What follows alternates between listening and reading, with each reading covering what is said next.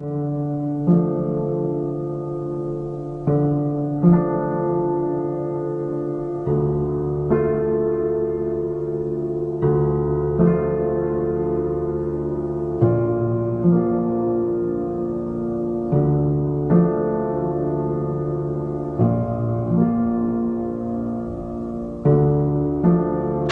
you probably noticed I don't feel about that war the way we were told we were supposed to feel about that war, the way we were ordered and instructed by the United States government to feel about that war. You see, I tell you, my mind doesn't work that way. I got this real moron thing I do. It's called thinking. And I'm not a very good American because I like to form my own opinions. I don't just roll over when I'm told to. Sad to say, most Americans just roll over on command. Not me. I have certain rules I live by. My first rule, I don't believe anything the government tells me. Nothing. Zero. Nope.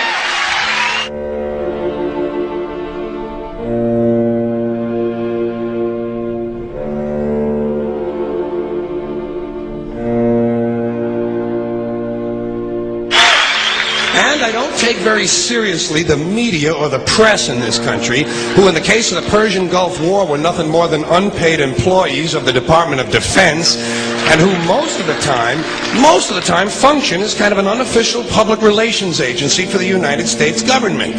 So I don't listen to them. I don't really believe in my country. And I gotta tell you folks, I don't get all choked up about yellow ribbons and American flags. Now, to balance the scale, I'd like to talk about some things that bring us together. Things that point out our similarities instead of our differences. Because that's all you ever hear about in this country is our differences. That's all the media and the politicians are ever talking about, the things that separate us, things that make us different from one another. That's the way the ruling class operates in any society. They try to divide the rest of the people. They keep the lower and the middle classes fighting with each other so that they, the rich, can run off with all the fucking money. Fairly simple thing happens to work. You know, anything different, that's what they're going to talk about. Race, religion, ethnic and national background, jobs, income, education, social status, sexuality, anything you can do, keep us fighting with each other so that they can keep going to the bank. You know how I describe the economic and social classes in this country? The upper class keeps all of the money, pays none of the taxes. The middle class pays all of the taxes, does all of the work. The poor are there just to scare the shit out of the middle class. Keep them showing up at those jobs. Politicians know that word. They use it on you. Politicians have traditionally hidden behind three things: the flag, the Bible, and children. No child left behind. No child left behind. Oh, really? Well, it wasn't long ago you were talking about giving kids a head start. Head start? Left behind? Someone's losing fucking ground here. But there's a reason. There's a reason. There's a reason for this. There's a reason education sucks, and it's the same reason that it will never, ever, ever be fixed. It's never going to get any better. Don't look for it. Be happy with what you got. Because the owners of this country don't want that. I'm talking about the real owners now. The big, the wealthy, the real owners, the big wealthy business interests that control things and make all the important decisions.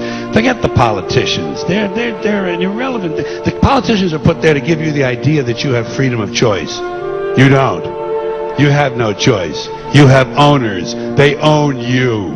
They own everything. They own all the important land. They own and control the corporations. They've long since bought and paid for the Senate, the Congress, the state houses, the city halls. They got the judges in their back pockets, and they own all the big all the big media companies. So they control just about all of the news and information you get to hear. They got you by the balls. They spend billions of dollars every year lobbying to get what they want. Well, we know what they want. They want more for themselves and less for everybody else. But I'll tell you what they don't want. They don't want a population of citizens capable of critical thinking. They don't want well-informed, well-educated people capable of critical thinking. They're not interested in that. That doesn't help them. That's against their interest. That's right. You know something? They don't want people who are smart enough to sit around the kitchen table and figure out how badly they're getting fucked by a system that threw them overboard 30 fucking years ago. They don't want that. You know what they want? They want obedient workers. Obedient workers. People who are just smart enough to run the machines and do the paperwork, and just dumb enough to passively accept all these increasingly shittier jobs with the lower pay, the longer hours, the reduced benefits, the end of overtime, and the vanishing pension that disappears the minute you go to collect it. And now they're coming for your Social Security money. They want your fucking retirement money. They want it back so they can give it to their criminal friends on Wall Street. And you know something? They'll get it. They'll get it all from you sooner or later, because they own this fucking place. It's a big club, and you ain't in it. You and I are not in the big club.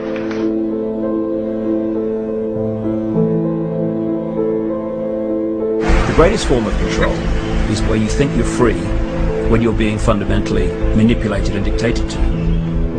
One form of dictatorship is being in a prison cell and you can see the bars and touch them. The other one is sitting in a prison cell but you can't see the bar, you think you're free. What the human race is suffering from is mass hypnosis. We are being hypnotized by people like this. Newsreaders, politicians, teachers, lecturers. We are in a country and in a world that is being run by unbelievably sick people. The chasm between what we're told is going on and what is really going on is absolutely enormous. The greatest hypnotist on planet Earth is a oblong box in the corner of the room. It is constantly telling us what to believe is real. Historically, the control and manipulation of political opinion has been the Freemasons' main weapon in gaining control of countries and states. Once in control of the rulers and politicians of a country, laws and political structures could be changed in accordance with their agenda. However, since restricting the body does not necessarily mean restricting the mind, the Freemason recognizes that their plan for a global government hinges completely on subduing the masses to their agenda, and thus eliminating opposition to their cause. And the greatest threat to their plan, posing more danger than any army or law, is the threat of a free-thinking mind. In order to eliminate this threat and to achieve their objective, the Masons have set about the boldest plan ever devised: the complete control of every aspect of human life, your life. And the weapons they are using against you are in your very homes, entertaining you and your children, and gradually indoctrinating you without you even realizing.